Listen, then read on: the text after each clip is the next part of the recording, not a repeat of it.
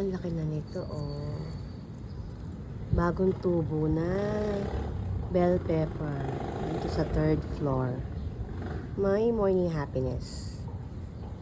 At ito yung kalamansi ko na hanggang ngayon ay hindi pa namumunga. At ito na ulit ang panibagong talbos ng kamote. Kasi yung mga nauna kong tinanim ay matanda na. So ito na ngayon ang bago. My homegrown talbos ng kamote. Ito saluyot to eh. So wish ko lang dumami siya. Yan, ito saluyot din to. Nakakatuwa tong mga bell pepper ko. Magandang Miyerkules!